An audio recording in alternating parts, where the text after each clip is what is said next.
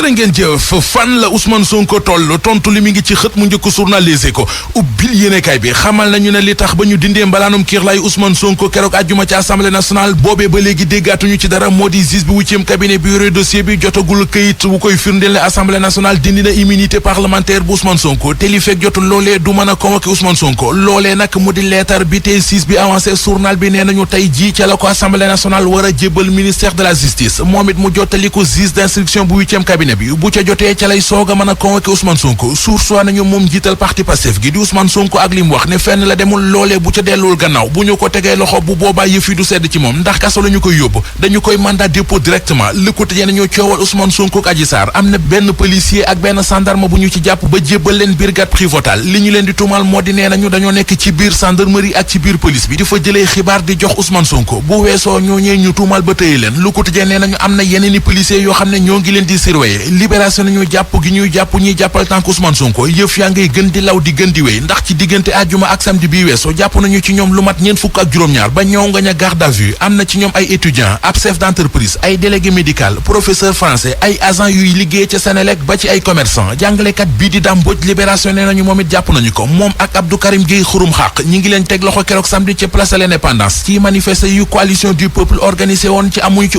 autorisation Dame Mbodj mi ñu jàpp libération nee nañu moo waral kuréelu syndicat jàngalekat yi di GV bëgg a yëglu li ñu fas yéene moo di du mooyu njàng mi ngir di ñaawlu jàpp gi ñu jàpp Dame Mbodj ak yeneen i jàngalekat yu ñu fi jàppoon bu yàggul loolee la ñuy jébaane li Ousmane Sonko di wax ak a jébaane mu di complot bu mu ne moom la ko ñenn ci ñu nekk ci état bi def ci mbirum Adji Sarr Sud Quotidien nee nañu ci ñi fare ci nguur gi am na ñenn ci ñoom ñu ci indi ay tont bokk na ci ñoom honorable député Abdou Mbow mi xamle démb ci rajo Futur Média ci émission bii di Grand Jury ne APR am na yeneen yitte yu dul di complot ma Samba wala ma Demba Seydou Gueye nañu du APR te du état bi amul kenn ci ñoom koo xam ne taqe nga baa nga laale ci coowal mbës mi docteur Momar Thiam di spécialiste ci wàllu communication xamal waa Sud ne am na ñoo xam ne ngir bëgg lu neex seen kilifa dana tax ñu jóg def loo xam ne kilifa gi santu leen ko du yëg du tiin niti diine yi jóg ci seen coobarey bopp ngir dox tànki jàmm ci coowal mbës mi l'observateur nee nañu demoon nañu seeti Ousmane Sonko abbé Jacques Seck la Mame Matar Gueye imam Youssoufa Sarr ak imam Cheikh Diop ba ñu demee cité kër góor gi kër Ousmane Sonko la ñuy waxtaan ak moom am na lenn lu ñu ci L'Obs wax ba wax ñu it ne ginnaaw seenub gisee ak Ousmane Sonko war nañu gisee ak xale bu jigéen bii di Adji Sarr la Sénégal nañu abbé Jacques Seck ak Mame Matar Gueye demoon nañu ci kër Ousmane Sonko ngir doon dox tànki jàmme ci coow li ñeneen ñu demoon seeti Sonko ngir doon ko wan seenug jàppale la Sénégal nee nañu ñoo di Mamadou Diop Decroix Bougane Gueye Dany ak Habib Sy Vox Populi nañu ñooñee demoon kër Ousmane Sonko naan dañu koy jàppale ndawi APR yi yàkk nañu leen musiba ak mbelengaan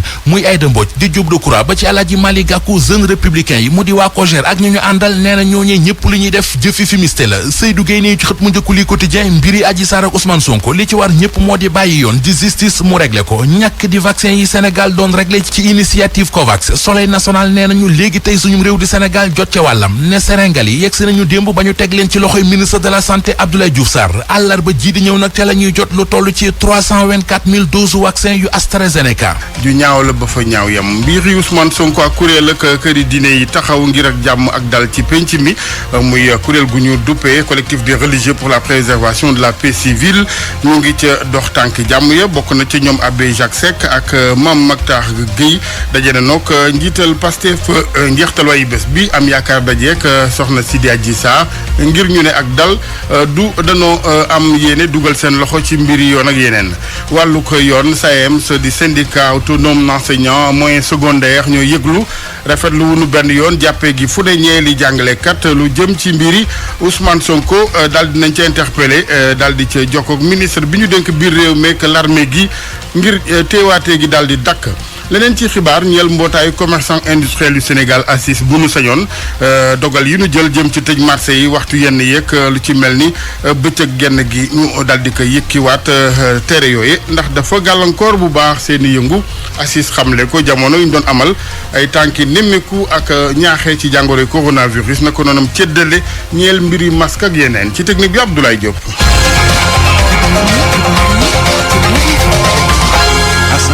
jëf ju ñaaw ñu ko def daal di muur seen xar kanam biig la ca kër député Seydou Gueye daal di fa taal def fa yàqu-yàqu ca kër ga moom honorable député Seydou Diouf ngeen baal ma di député ci assemblée nationale di secrétaire général bu parti pour le progrès et la citoyenneté ñaawlu ko ba fa ñaawlu yam ba mbir yaak yoon ngir leeral gi ñu déglu ko honorable député Seydou Diouf ak Abdou Diouf Diagne. bi ma génnee laaj suma gardien daf ma ne ils étaient une dizaine de personnes yu takk ay kagul te dañuy ñëw rek moom ñu jël ko fekk ko ni mu tooge noonu ñu ñëw juróomi ngi jël ko xëcc ko ñeneen ñi jël cocktail molotov yi sànni donc bi ñu sànni ba mu leen tàkk-tàkk yi commencé il paraît que ci lañ dem ci li ma gardien bi expliqué donc mu nekk loo xam ne dafa gaaw ci niñ ko defee man nag li ma ci jàpp rek mooy damay politique te kuy politique moom yu mel ni bu dalee sa kaw da nga ci sant yàlla te dafa nekk loo xam ne dafay gën a dëgëral sa engagement pour sa réew parce que nekk am na foofar man nag dafa am fu ma bokk muy téelee président Macky Sall bokk ci coalition Benno Bokk Yaakaar di député bokk ci groupe parlementaire Benno Bokk Yaakaar taxawaay boobu nag tey laa koy gën a assumer malgré ces actes de lâcheté et d'intimidation du tax ma bouger ci lenn tey laa koy gën a assumer te lépp loo xam ne gëm naa ne li moo baax ci réew mi dinaa ci taxaw lu président di def ñu war ko mun a wane dinañ ko wane lépp loo xam ne man en tant que député indi nañ ko muy njariñ réew mi wala muy soxla réew mi di yitte réew mi suñu gouvernement soxla ko pour mën a liggéeyam tey laa ciy gën a taxaw donc loolu ñi nga xam ne ñoo def acte de lâcheté di yónni ay jeunes bàyyi seen ay doom ñoom ci seen i kër ñu yónni ay nervi ñu koy def man mun naa ko def samay xale jógoon nañ pour def ko waaye dama leen ne bu fi kenn jógee nan da ngay dem di attaquer ay waa kër waa Pastef parce que ñoom bëriwuñu naam ci dëkk bi te buñ leen toppoon ci li ñuy def lu ñaaw rek lay jur waaye ñun jàpp nañ ne ñoom dañu am ay mbokk am ay famille donc ça ne sert absolument à rien dem di def lu mel nii ci seen i kër. mu nekkoon kàddu yu njëkk tukkee ci Seydou Diouf ginnaaw ay wéy yu dem taal këram bi ca Tëngéej ca kuréel ak kilifa ci wàllu diine gi taxaw ngir jàmm ci penc mi jógtee boobaak léegi tànki jàmm ci mbiri Ousmane Sonko Adji Sarr Abbé Jacques Seck Mame Mactar Gueye ci njeextalaay bés bi daje nañu ci Ndakaaru cité kaw gox gi ak njiital Pastef Ousmane Sonko fas yéene amal ndaje mu ni mel ci wàll geneen gi ñoom nag ci communiqué di bataaxal lañu ko xamle ñoom kuréel gi di fàttali rek seen tànki jàmm yi leen tax a jóg ngir penc meekum dal la du fexe dugal seen loxoog yeneen ci mbir yu aju ci wàllu yoon lu jëm ci wàllu yoon ak jàppaate gi di bari ci wàllu jàngalekat yi moo waral syndicat bu ci mel ni SAEMS di ko ñaawlu syndicat autonome enseignant yi yëngu ci wàllu moyen secondaire bu nu sañoon kilifa yi dakkal lu ni mel jokkoon nañ ci fànn woowee ak ministre intérieur ak ministre bi nu dénk wàllu l'armée gi kon ci wàllu interpellation ngir ñu dakkal jàppee gi ñeel ay jàngalekat ba tey ci fànn woowee mouvement national jàngalekat yi Pastef ñoom lu nu bëgg mooy ñu ba na mu gën a gaawee dàmbuj ak étudiant yu Pastef yi nu daal di arrêté ci mbiri Ousmane Sonko Adji Sarr ñoom yooyu enseignant yu Pastef nekkoon ci conférence de presse démb ca Mbour Abdourahmane Diallo. jàngalekat yu bokkee ci parti Pastef li ñu bëgg rek mooy Dame Mbodj ak étudiants yi nga xam ne teg nañ leen loxo ñu daal di leen bàyyi. Doudou Dieng mooy coordonnateur national adjoint bi. état il faut mu arrêté bundu xatal il faut mu arrêté li nga xam ne mooy xoqatal bi nga xam ne mu ngi koy def jàngalekat yi di ko def si suñu élèves yi di ko def si suñu étudiants yi loolu la ñu wax ne tey duñ ko nangu tey te duñ ko nangu ëllëg. leneen li mooy ñu ngi oo bépp jàngalekat boo xam ne yaa ngi si réew mi ak foo mën a ne di woo bépp syndicat. ak foo mën a ne di woo képp koo xam ne yoon ñor na la dëgg ñor na la nga taxaw temm xeex bañ lii nga xam ne mooy nooteel bi nga xam ne moom la président bi bugg ak nguuram bugg teg ci askan bi. jàngalekat yooyu di ñaax police di leen fàttali ni askan wi lañ fi toogal nañu bañ a toog toogaayu nguur. ñi ngi wax ne ñii nga xam ne ñoom la yàlla dénk doole ci ñii police di gendarmerie ñu ngi leen di oo xam ne ñoom ci askan wi lañ bokk ñu ngi leen di oo xam ne. nañu bañ a nekk ñii nga xam ne ñooy topp li état bëgg li nguur gi bëgg ndaxte nguur gi dafay nekk tey dafa yëge ëllëg ñoom ñooñu seen i njaboot ñoo fi nekk seen i waajur ñoo fi nekk kon nañu bàyyi xel lool ndax bu ëllëgee ñu xam fa ñu teg seen tànk ñii dañ fi jóge te ñoom dañ fay des ba faw. jàngalekat Pastef yooyu di feddali seeni kóllëre ci seen njiit bi di Ousmane Sonko ñuy xamle ni dossier bi lenn lalu ko lu dul complot. RFM Mbour Abdourahmane Diallo. jërëjëf Abdourahmane fii ci Ndakaaru ndaw yu APR di jeunesse républicaine waa COJER ñoo doon janoog taskatu xibaar yi bu njëkk ñu àddu jëmee ci mbir yi nga xamante ni mbiri Ousmane Sonko ak Adji Sarr la ñoom convergence jeunesse républicaine ne dootuñu ba kenn di ñàkkee worma seen njiit président Macky Sall ni ñu ko waxee ci janoog taskatu xibaar yi la woon ñoom COJER ci teewaayu Baye Assane Diaw ngir RFM. bànqaas bi boot ndaw ñi ci biir APR di COJER ak seeni naataango yu maire lëkkale ay ndongo te nekk ci biir APR ba tey fasatun yéen na bank seen loxo wala tëj seen gémmiñ jëmale ko ci képp ku dalati ci seen njiit di président Macky Sall Moussa Sow jiite COJER moo wax ci seen tur. gis nañ nag fan yëpp ñoo ngi ñuy saaga ci réseaux sociaux yi ñoo ngi ñuy wax lu nekk ñu noppi dara gënu ko metti nag ñuy dal sa leader di président Macky Sall di ko dalee Ousmane Sonko ba ci suuf ku jóg ne complot dal ci président Macky Sall depuis lors ñoo ngi noppi xam leen ne suñu tekkaaral googu naqari nañu lool parce que tey jàpp nañ ne sa leader buñ koy attaqué da nga war a taxaw mais désormais œil pour œil dent pour dent la yoonu président de la république nekkul ci affaire boobu. moom mi sax mi ngi jébaane yenn ci ay politiciens yuy jàppal tànk jamono ji Ousmane Sonko nee na daa fekk ni lu ñu bëggoon ci nguur gi amuñu ko. muy Mamadou Diop Decroix nee na dafa dem jàppale ji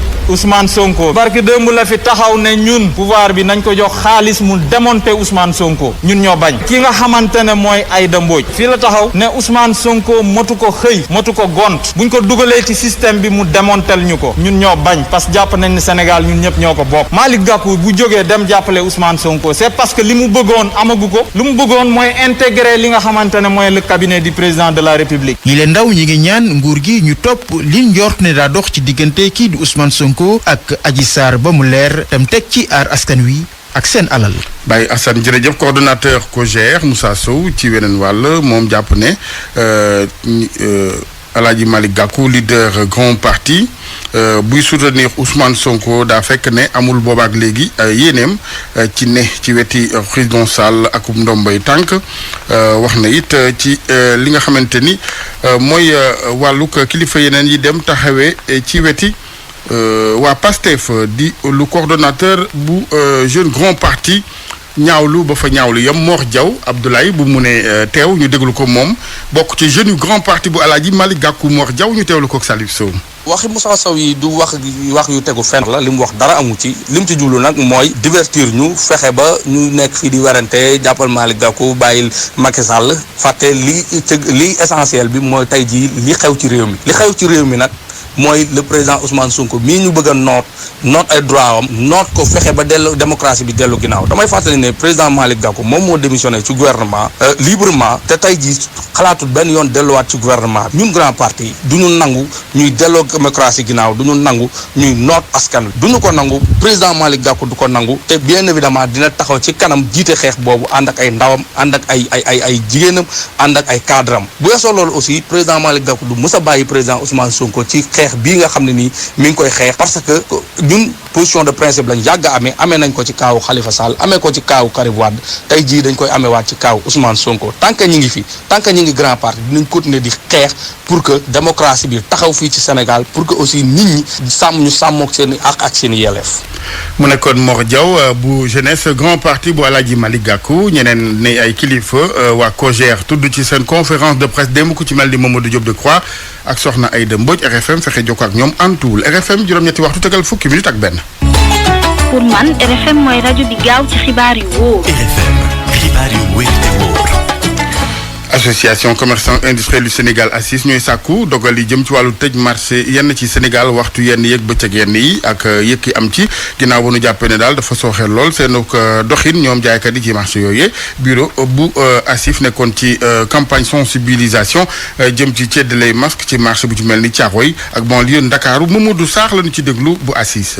wax commerce wax économie bi nga xamante ne mbas mi ñëw na dugg ci réew mi daf fay yàq lu bëree bari association bi génn ay moyens yu bëree bëri def ko lu toll ci 100 millions ak lu topp ci première vague bi ñu demaatee ba deuxième vague bi am association bi daal di jël beneen façon xeex daal ne da koy xeex ci localement côté bu ci nekk ci région yëpp tey jii nag waa Thiaroye ñoo aye woon ñi yëkkati woon lu mat 10 000 masques ak 1000 gel hydroalcoolique doon ko séddale nit ñi mu am déclaration yoo xam ne nag waa ACIS ñu ngi ko doon joytu ak di ko ñaxtu muy heure de travail yi nga xamante ne ñu ngi koy tëj suñu marché yi te mooy 18 heures ak couvre-feu bi loolu rey na économie marché yi rey bu méttee ba tax na ñuy tàllal loxo autorité yi pour ñu revoiraat loolu parce que bañ koy def dañoo wax ne dañ koy def pour wàññi cas yi ak wàññi feebar bi waaye gis nañu ba léegi wax dëgg yàlla yëf yi dafa gën a wulee ñaay loolu moo tax ñun ñu amoon ay xalaat pour bëgg autorité bi jël ay matuwaay ñun ñu defal suñu bopp geste barrière yi ñu bàyyi ñu ñuy liggéey temps plein loolu moom lu ACIS bëgg la te mi ngi koy ñaan maa ngi wax ci sous contrôle directeur exécutif monsieur Omar Cissé mi ngi nii amee côté léegi nag li ñu bëgg mooy ñu bàyyi ñu liggéey heure plein.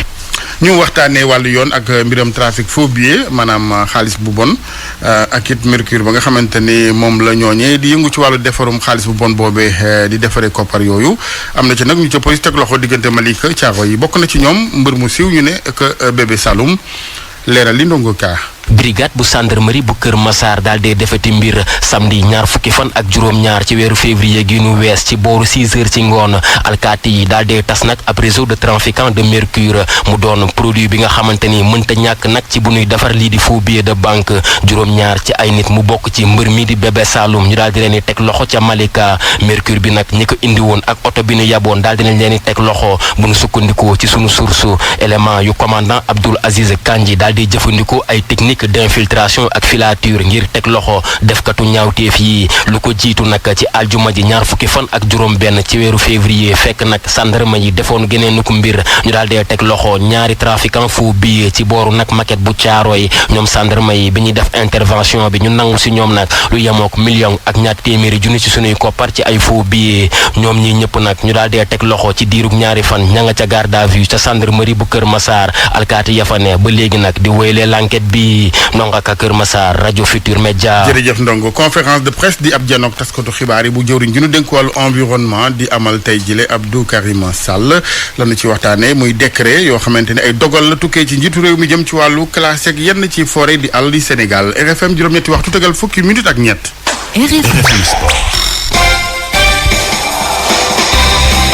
sport gi Malal Junior Diagne maa ngi lay nuyu Malal. maa ngi laa fay la Jassane. bismillah. nu tàmbali ak njeexitalu juróom-ñeenteelu journée championnat Sénégal démb ca Déni Biram Ndaw génération foot moo fa dalal ba noppi duma jaraaf bu Ndakaaru ñaari bal si benn la jongante ba mujjee jeexe Jibi Fall di entraîneur bu génération foot ndokkeel waa jaraaf ci seen qualification jëm ci compétition africaine ba noppi jàngat ni mu def ba duma leen ci jongante bi. qualification bi mu am pour CAF et que loolu Sénégal yëpp lañ ko honoré football local bi aussi ñëpp ñu ngi leen di jaajëfal pour loolu parce que ñoom ils ont réussi à le faire donc dañ leen di féliciter ci loolu mais di leen encourager aussi ci match bi bon match bi tey ñun dañoo am réussite ci match bi parce que li ñu préparé woon pour adversaire bi gis nañ ko moo doon xamoon nañu Jaraaf am na milieu de terrain bu baax buy football am aussi attaque bu am doole maintenant il faut que ñu gagner bataille milieu de terrain bi il faut que aussi sur ci côté yi ñu défendre bu baax pour mën leen a contrer loolu aussi suñuy joueurs def nañ ko bu baax waaye nag li ñu leen waxoon aussi mooy ci transition yi maanaam ñu gën a appliqué wu parce que suñ ko defee rek am nañ attaque boo xam ne mën na gêner défense Jaraaf bi yàlla dimbali nañu ko ñu am réussite boobu noonu ba dugal leen ñaari but maintenant li ñuy def rek mooy féliciter joueurs yi parce que je pense que tey match bi bokk na ci suñu match yi gën mais nag li ñu am ci loolu dañu leen encouragé di continuer waat liggéey bi préparer waat yeneen match yi. yeneen jongante yi amoon ci bésub démb ji doxoon na diggante waa SNEPS excellence yu Mbour ñëw daan ci Ndakaaru waa Dakar Sacré-Cœur ñibbi waat Thiès stade de Mbour dafa daal di dalal waa jàmbaar ba noppi waa jàmbaar yoxusu leen ñaari bal si benn Douane itam dafa dem yoxusu ji waa Gorée ñaari bal si benn Teungueth FC dem logolo Kër Mbërgu tasaare équipe bu Njàmbur bi doon leen ñetti bal ci dara googee defet moo tax ba entraîneur ba bu Njàmbur ba jongante ba jeexee mu daal di mer ba daal di tekki ndombal tànkam ne nekkatul entraîneur équipe ba loolee bu nu jëbalee xibaar bi Mor Silla nekk président section football ba am na lu mu def ni njàngat ci loola ci micro Abraham Polpoul. bi nga xamante ni match bi jeex na moom dafa demoon conférence de presse ñu nekkoon di def débriefing ak joueurs yi buñ paree ñu ñibbi nga ñëw ni ma Assane Diallo wax na ci presse bi comme quoi dafa démissionné comme yow si la wax dëgg je prends acte pour maintenant ñu yóge ko si kaw ñu xool par rapport ak démission bi qu'est-ce qu'on va décider une équipe ce n'est pas une personne mais c'est un ensemble donc il faut ñu remonter information bi nga wax ñu jël langue ak Assane bu ko defee ñu xool par rapport à ça lan lañuy def. par rapport ak ñi nga xam ne mooy supporters yi ñëw nag dina nañ leen delloo seen club suñu mënul rendre compte. waaw xam nga après match bu mel nii nga xam ne dañ pare woon pour gagner ñu def une bonne première mi-temps supporters yi jàppoon dañuy gagner donc bu gisee ñu au lieu ñu gagner ñu dóor ñu 3-0 muy score boo xam ne nii je pense que gën nañ ko dóor équipe bi fii à domicile donc il faudrait que supporters yi mer donc dama koy jëlee wax ju mer la mais dellu équipe jàpp naa duñ ko defee ci mbedd mi en tout cas je pense que tey jii journée bu métti la li nga xam ne nii moom lañ wax en tant que sportif ci match yu mel nii mooy ñu bañ a communiquer bu baax ñu essayer xool réfléchir par rapport ak quelle suite donner. ñu jàpp ni kon jàmbaar moo ne ca kaw benn poñ la rawee génération foot topp ca AS Douane Ligue 2 bi Linguère bu Ndar mooy woy ba léegi di ko doxal dafa daal di dajale démb itam ay jongante ba am ca ndam seen diggante waa Fatick yi ñaari bal si benn la mujje Abdou Majib Diagne bi leen di tàggat nii championnat bi jeexagul donte ndam yaa ngi tegaloo waaye nit ñi nañu dal. waroon nañu match bi parce que benn bu njëkk mooy ñun ñoo nekk ci kanam kenn gañeeguñu donc ñëpp ndam la pour ñu gañee ñu donc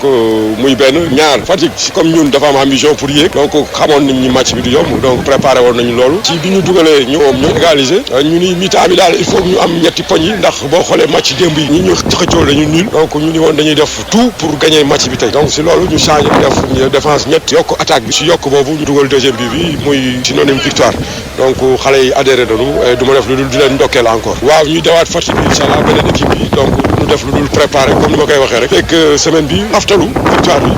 préparé encore jamono incha allah. mu jàpp ñi li ngeen nekk ca kaw ñaar fukki poñ ak ñett la am topp ca moom Kër Madior fukk ak juróom ci poñ topp ca équipe bu Demba Diop FC nu jeexal ak wàllu basket démb si jigéen ñi UGB dafa ñàkk diggante ak waa ASFO ñii am nañu juróom fukk poñ ak ñeent waa UGB am ñeent fukk ak juróom-ñett jaraaf moom dafa daal di daan bu yaatu saltiki ndax Dakar jaraaf am na juróom-ñaar fukk ak juróom-ñaari poñ ñee am juróom fukk ak juróom-ñett ci poñ si góor itam jàppale ni Duc dafa daanu démb ca Ndar waa Saint-Louis basket ñoo leen fa duma waa Ndar ya am nañu juróom fukk ak ñaar ci poñ waa Dakar yi di waa Duc am ñeent fukk ak juróom benn USRA itam dafa ñàkk diggante mag waa Université Gaston Berger bu Ndar ca Ndar la xewe woon itam waa Thiès yi Alaaji am nañu juróom fukki poñ ak juróom benn waaye waa Ndar ya dañ leen daal di rawee ñaari poñ ndax ñu am nañ fa juróom fukki poñ ak juróom ñett daal di leen kon bàyyi nu ñibbisi léegi gannaaw ba ñu xamee ne doon nañu waa Thiès ca Ndar Louga ñu ngi soxla entraîneur El Hadj Assane te yëg naa ni am nga diplôme CAF pour nekk entraîneur dinaa jox sa tur président section football bi li nga wax noonu fekk ñëw sa la wala am naa diplôme bi dëgg am nga diplôme bi yàlla mën nga nekk entraîneur Malal ji ñoo jaañe rajo askan wi ñu ànd ak Hadj Ndate Diop ci chronique culture bi dal leen ak jàmm commune bu Yène daal dinay dalloo ci samedi ji ñu weesu bibliothèque municipale am mu di ab bibliothèque bu yees taaru lool waaye tamit boo xam ne nii dinañ ko mën a yóbbu ba si ñi ko soxla Abdou Diouf Diagne. gox bu nekk am nga si loo fas yéene sukkandiku pour am sa yokkute yéen moom wàllu caada la daal di tànn tabax gi nga xam ne nag daal di nañu koy tabax ab bibliothèque bu mucc ayib ci commune boobu nekk ci département bu Tëngéej doon li koy dëggal la gox caada la daal di tànn tabax gi nga xam ne nag daal di nañu koy tabax ab bibliothèque bu mucc ayib ci commune boobu nekk ci département bu Tëngéej doon li koy dëggal la gox gi siis moom mooy maire Yène. gannaaw école yi ak lycée collège yi mais mën nañu accompagner communauté éducative bi par bibliothèque loolu moo tax ñu tabax bibliothèque bi aussi dana jublu si li ñu tudd internet am na xale yoo xam ne peut-être mësuñu gis ordinateur mais buñ ñëwee fi nañ leen jàngal nan lañ demee internet pour yokk seen culture seen xam-xam. ak bibliothèque bi nga xam ne nag mu ngi toll si juróom-benn fukki mètre carré ñu ngi ko defaree ak ay produits yoo xam ne mën nañu ko jariñoo waat Frédéric Bachy moom moo ko tabax.